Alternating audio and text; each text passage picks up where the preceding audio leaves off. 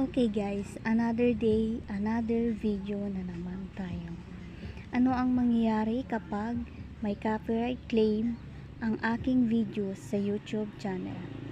Okay, ang copyright claim ay tinatawag ding ID claim. Isa itong tools na kayang mag-scan ng mga videos sa YouTube.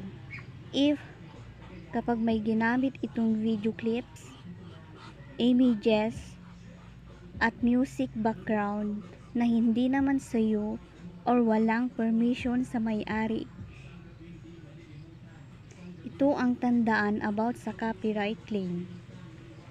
Ang copyright claim ay ina-apply lang sa specific video, hindi siya sa buong channel.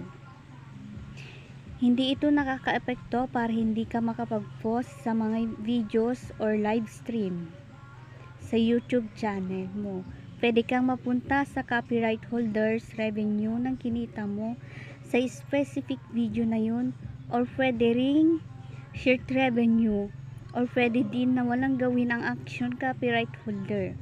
Sa YouTube, pwedeng nagkamali lang ang red info ang system na bigyan ka ng copyright claim. At pwede ka ring mag-file ng dispute para depensahan ang iyong sarili.